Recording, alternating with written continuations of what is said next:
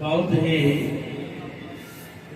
आज हृदय आह्लादित है, प्रमुदित है, आनंदित है कि आज हमारे टोंक नगर के सभी संत के चरणों में, संतों के सानिध्य में अपना सुंदर भाव रखने वाले सभी भक्तजन यहाँ बेरोक टोक चौक में से निकल करके और रामतारे के सुंदर परिसर में एक संत का उत्साहवर्धन करने के लिए पहुंचे हैं। मुझे बड़ी प्रसन्नता है। जैसा कि मैंने अभी कहा था कि फूल को श्रृंगार दूं ये संभव नहीं, वीणा को झनकार दूं ये संभव नहीं। आप सभी टोंकवासी मेरे लिए उपहारों के वो उपहार है। इस अवसर पर आप आए, आपको क्या उपहार दूं ये संभव नहीं, आपको क्या उपहार दूं ये संभव नहीं। और आप सब जहां पर, और फिर हमारे विद्वत वरण्य के साथ में हमारे सुरेश जी, जो बचपन से, जैसा कि अभी आपने बताया था, ठीक उन्होंने कोई गलत नहीं कहा। बचपन से ही आपका हमारा खूब स्नेह प्रेम सानिध्य एक दूसरे के साथ में शिक्षा क्षेत्र में रहते हुए रहा, और अब तक आपका वो स्नेह प्रेम वो प्यार निभ रहा है, निभा रहे हैं और आगे भी निभता रहेगा। और अभी इसका ये प्रत्यक्षम किम प्रमाणम, प्रत्यक्ष को प्रमाण की जरूरत नहीं है। और इतने सुंदर भाव आप अपने हृदय में रखते हैं, तो सारे समाज में बड़े सुंदरता के साथ, हृदय के साथ, आनंद के साथ में मोती बिखेरते हैं और सभी उस मोती का आनंद लेते हैं, जिनमें से संग्रह किया हुआ मोती। अभी हमारे धनराज जी, जिनका सब कौन इनको नहीं जानता है, जो इनको जो है प्राप्त मिल जाता है या इनसे जो मिल लेता है वो इनके नाम की तरह धन धन हो जाता है, धन धन्य हो जाता है।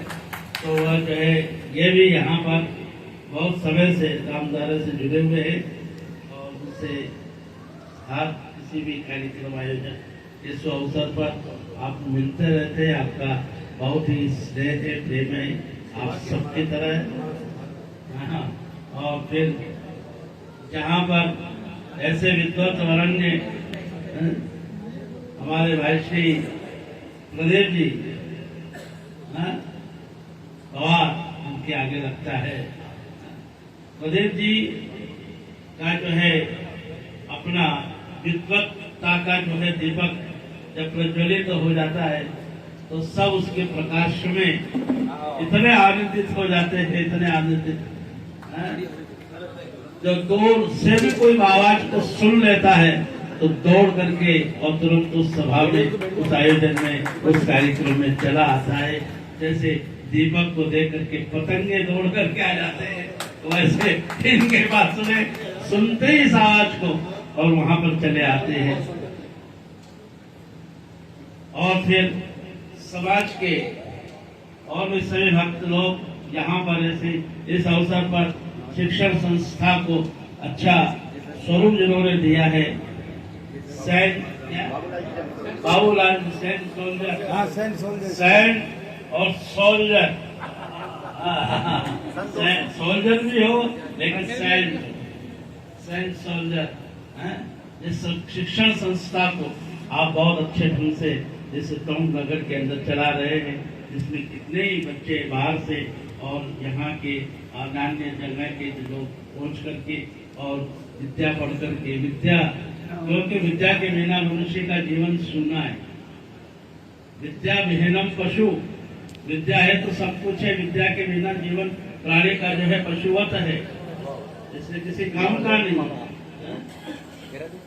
तो विद्या सब तरफ जो है आप अर्जित करवा रहे हैं सबको, और सब पढ़ लिख करके परम प्रमोदित, परम आनंदित, और जो पढ़ता है वहाँ पर वो अपने आप को गौरवशाली मानता है, पढ़ाता है वो भी गौरवशाली अपने आप को मानता है कि मैं सेंट सोल्जर स्कूल के अंदर बच्चों को पढ़ा रहा हूँ।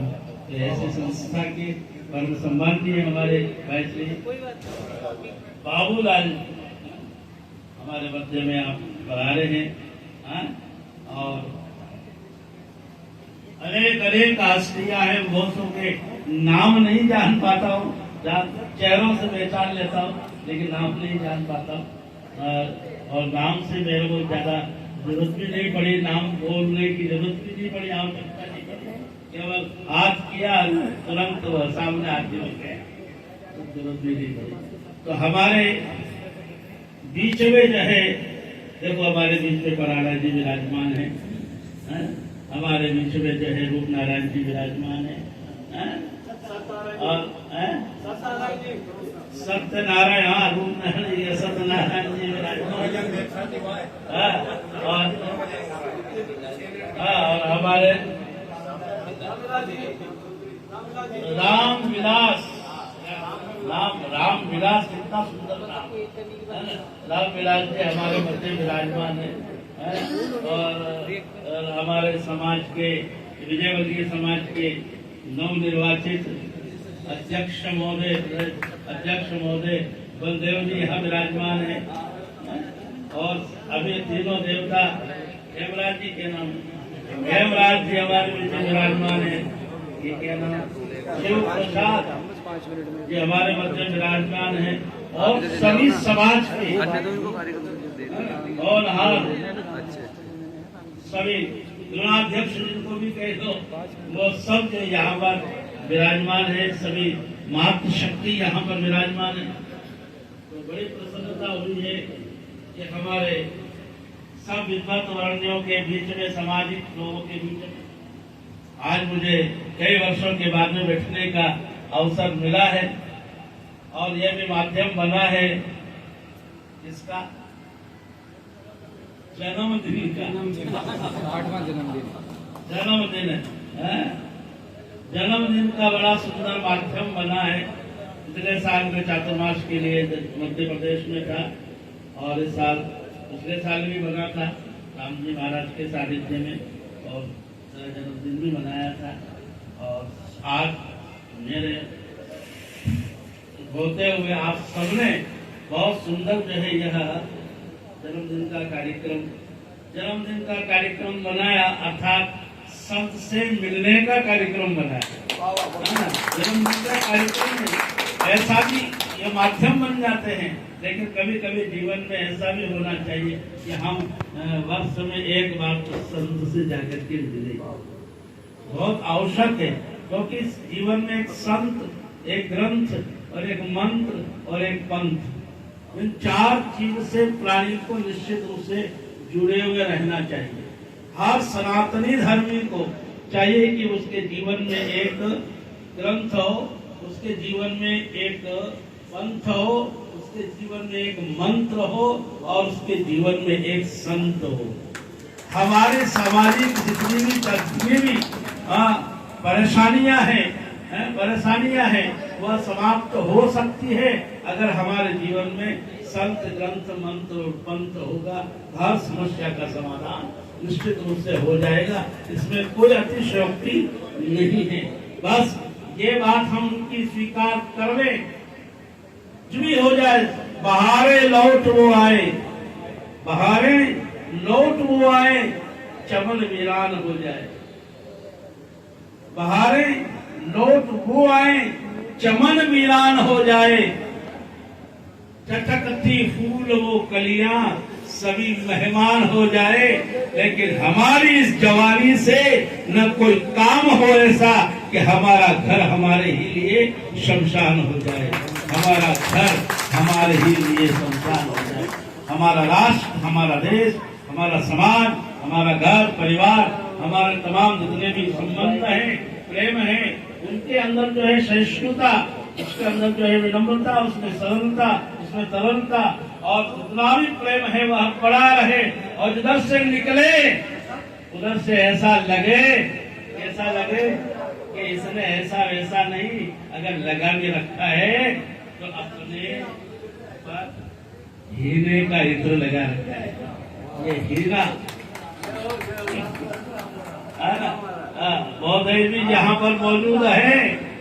इस अवसर के ऊपर यहाँ पे आए हैं और इन संतों का सत्कार सम्मान किया है।